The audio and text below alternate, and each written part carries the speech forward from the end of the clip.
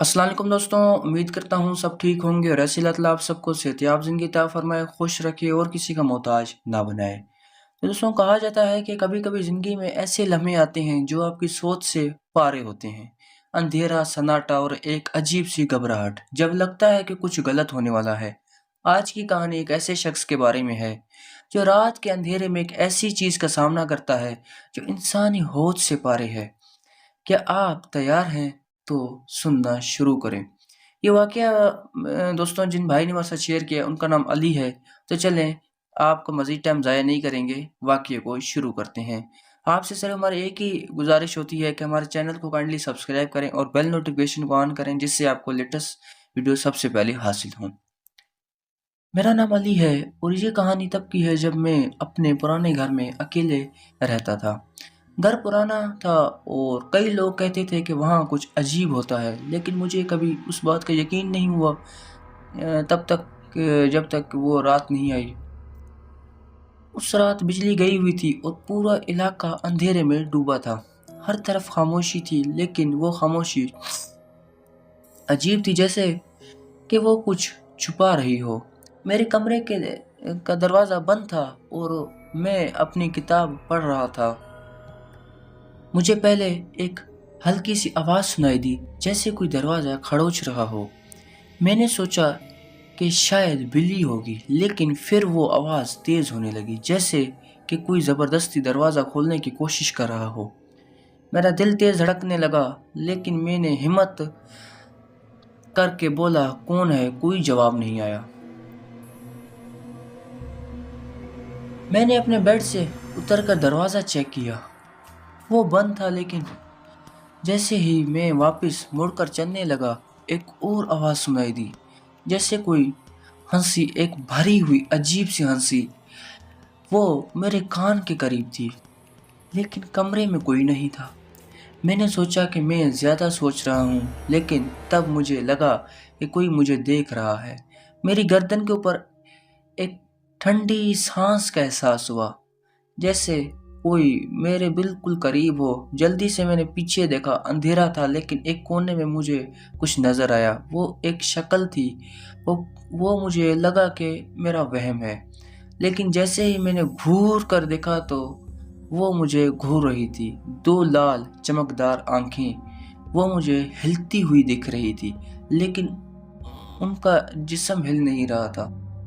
मैं ठंडे पसीने से भर गया। मैं चिल्लाना चाहता था, लेकिन मेरी आवाज़ बंद हो गई थी। मुझे सिर्फ एक आवाज़ सुनाई दी, ये तुम्हारा घर नहीं है। उसकी आवाज़ इतनी गहरी थी कि ऐसा लगता था कि ज़मीन से आ रही हो।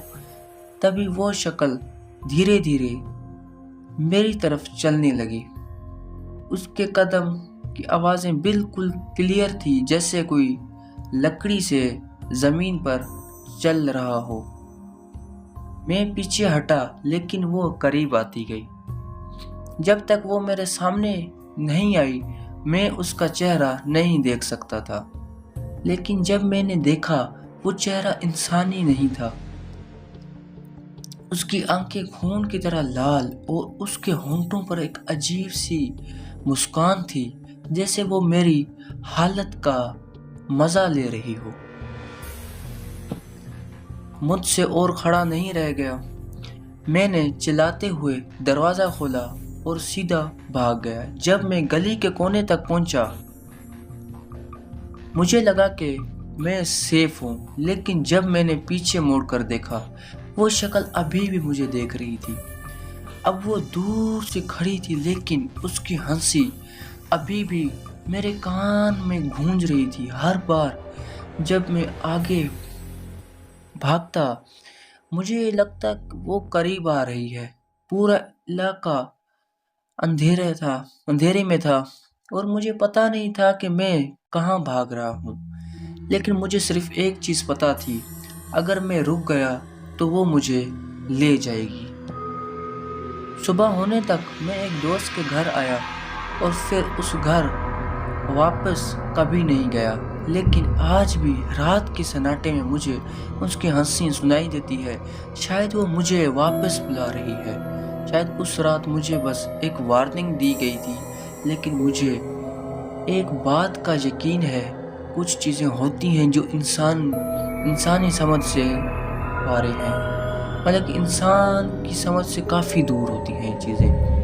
اگر آپ بھی کبھی رات کے اندھیرے میں ایک اجنبی سی فیلنگ کا سامنا کریں تو یاد رکھیں کبھی کبھی اندھیرا خالی نہیں ہوتا۔ یہ تھی آج کی کہانی۔ اگر آپ کے ساتھ بھی کچھ ایسا تجربات ہوئے ہیں تو ہمیں ضرور بتائیں۔